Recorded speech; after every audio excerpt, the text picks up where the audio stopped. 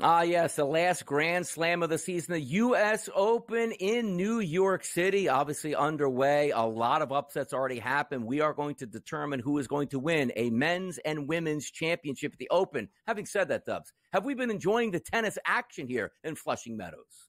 It's been fantastic. You know, the slams in tennis hit a little differently, Donnie. And there's a couple of big storylines with a couple of big names not a part of the picture. On the men's side of things, I mean, the American players, this is the best tournament we've seen in 15, 20 years, I dare say. Carlos Alcaraz, he's no longer a part of the picture. We don't get to see the likes of Rafa, Djokovic. So to say maybe it's a changing of the guard, but I'm certainly welcoming in, starting to see some of these this new young blood coming through on the men's side. That's what we want to see. We need to see new profiles, new characters. Everyone's sick of seeing the big three and then all this being about Carlos Alcaraz. So, yeah, I've absolutely been getting amongst it. Taylor Fritz, what a performance from the big fella. 26-year-old from out here in California. Came in to the quarterfinals here at the US Open with an 0-4 record. Just hasn't managed to take that forward step. Well, ultimately shows up, gets it done out there on the hard court. The bad news for Taylor Fritz, Donnie, he's now going to go against one of his best mates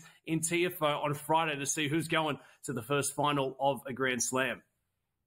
At least one moves through and it's been a long time. Like we used to look Agassi back in the day, Jimmy Connors, McEnroe. Like, there were some great U.S. men's tennis players, and it's been some time, which it should be dominant. I always get upset with that. Like, why does the rest of the world dominate in tennis, but we can't step up to the plate? Maybe making a breakthrough in this U.S. Open. We take a look at some of the major scores yesterday here, Dubs. You had that Fritz beat Zverev 3-1 yesterday. Also, Tiafoe. These are the ones that I think you do get a little bit of benefit of because he had the lead, and you also had an injury, which knocked Dimitrov out, which means you don't have to spend like an extra 2 hours in that heat on the court and play. The wear and tear, maybe a slight advantage now for Tiafoe going up against Fritz. And on the women's side, Sabalenka beat Zhang 2-0. And then you also saw Emma Navarro beat Paula Badosa 2-0 as well. So we're setting up for some good tennis here as we move forward. Now, if we take a look at the Wednesday U.S. Open odds today with a couple matches, Jannik Sinner, a -280 over Daniil Medvedev, who's at +220 as a dog. Alex de Minaur, how about that? -128 versus Jack Draper at a +106. And then on the women's side, Iga Swiatek, -360, a heavy favorite over the American Jessica Pegula at a +285 number. And then we have Haddad Maia, +225 versus Muchova at a -280. Trying to get through these names here, Dubsy, but we got some big tennis on the horizon. Hey, Donnie, you're an absolute expert. And what about de Minaur, my Aussie? He's known as the Demon. Young Alex going against the UK lad there in Jack Draper. A couple of great matchups. Look, Jannik Sinner, having a lot of people go after him coming into this tournament, had 2 failed tests with a banned substance, but has still managed to play some fantastic tennis there. He's up top of the world rankings as well, but it does not get any easier going against Medvedev, who's still at +440 in the futures market. He was a value place for us on the show here last week. He's the hardcourt specialist, and this is a dog who enjoys playing in this kind of environment. Medvedev is going to get every kind of abuse thrown at him, and he loves it. He eats it up. He's had a win here at the US Open back in 2021, so I think we could be getting set for a bit of a takeover. If you're looking at the matchup between Jack Draper and de Minaur, the Demon, I like the Demon straight up at -134. Don't overthink that one. And if you're looking at creative ways to jump in and play the tennis betting where you've got a really juiced up favorite in Sabalenka, which makes